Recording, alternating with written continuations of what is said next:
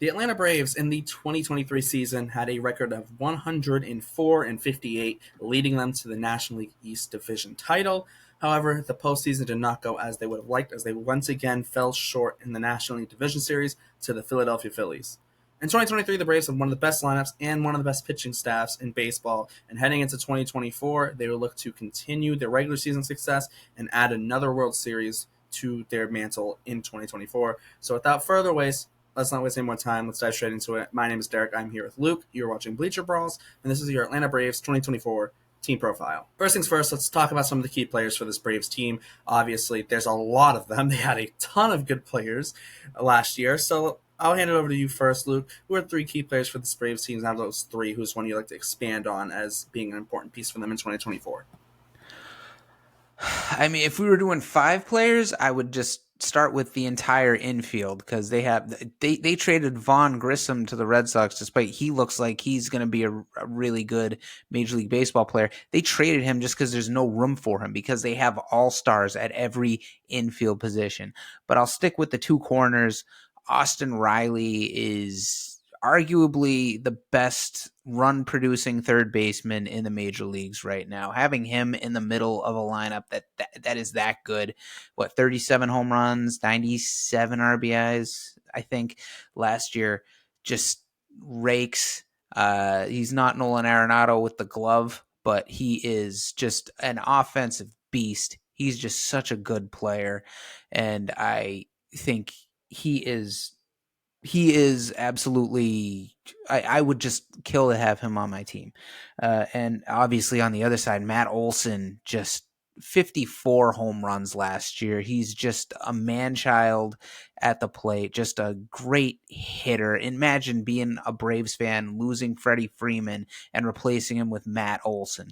And also I want to mention Max Fried as well, because it's been made in no uncertain terms that this is his last year with the Atlanta Braves. I don't see them trading him at the deadline because they're trying to win a World Series this year, but he is an ace on a lot of teams, and I think his performance and how he feels about being a lame duck on this team is going to is going to have a big impact on this team. Definitely. For me, I'll bring up Ronald Acuna Jr. since you didn't. He's got to be mentioned, right? I was going to talk about Max Fried, so I do like that you brought him up. But let's shift off Max Fried. I'll talk to the guy who is one of very few aces in Major League Baseball today. I'm of the mindset there's a very select few aces. And I feel like the term ace is used too much. This guy kind of fits the mold as an ace. It's Spencer Strider. He is a guy who is a strikeout machine. This guy had a 37% strikeout rate as a starting pitcher last year. Like, that's almost unheard of for a starting pitcher to have a strikeout rate that high. I think like the next closest person was Tariq Skubal at like 32%, and Skubal only pitched like 70, 80 innings last year. Spencer Strider pitched double that, more than double that. He pitched 186 and two-thirds innings last year. This guy is proven to be a workhorse. Is there always going to be concern for elbow injuries because he throws so hard? Yes. But I remember when DeGrom was getting injured and everyone's like, DeGrom's so dominant, he basically does it with two pitches. I was looking at Strider. I'm like, Strider is DeGromming people almost. Like, super high K rates as a pitcher, which DeGrom was doing at an unseen level, and Strider's kind of matching that, almost matching that, if not matching it. And Strider's doing it with fastball slider, just two dominant pitches, right? And yes, he's adding in like a changeup, and changeup's gotten better over time, but it's nowhere near the level of the fastball slider and that combo that he has going for him. And it's weird because a lot of fastball slider guys, maybe they'll tend to struggle with lefties. Strider can still get lefties out. So I think he's just kind of a special breed of pitcher, and the Braves are extremely, extremely lucky to have him. And because of the Braves, they have him locked up long term because, like I said, they're the Braves. Moving on to offseason moves for this Braves team. Some of the offseason moves, like you mentioned, they traded Vaughn Grissom in a trade that netted them Chris Sale. They also traded for Jared Kelenic. They also acquired Aaron Bummer. And they also signed Reynaldo Lopez as well, who looks to be their fifth starter this year after being a reliever for pretty much his whole entire career. So I'll hand it over to you, Luke. Which of these offseason moves you feel will have a big impact on the Braves in 2024? They got Adam Duvall back too, right? Even though They got a really good outfield, and they got Marcelo Zuna there too, just kind of with 40 home runs and 100 RBIs last year and nowhere to play. Just DH. was he just going to hit against lefties with his 40 home runs? But I'll go with Chris Sale, and because I'm not expecting much out of Chris Sale because he's Chris Sale and it's 2024. I think the Red Sox made a really good move trading him for a guy like Von Grissom, and that the Braves acquired him because look, you add him to a rotation with Strider and with Max Fried, and you got Bryce Elder in the minors, but could come up at any point in the season. You add Chris Sale to that, supposing he's healthy all year, then that's a hell of a rotation. If you've got a healthy Chris Sale, even if he's at 88% of what he was at the peak of his career, that's a really good that he'll throw you a really good 5-6 innings if he's healthy. I don't expect it to happen, but he's a big wild card for that Braves team. If I were the Braves, I would sit him. I would stick him down in the Florida Complex League until July, and then bring him in and have him. Just hope he can get through the second half of the season to give him that extra push towards it, because their pitching staff faded last year. They had such a big lead that they still easily made the playoffs. But look, 2 years in a row, they were not the better team. They lost to the Phillies, even though the Braves do have a better all-around team on paper.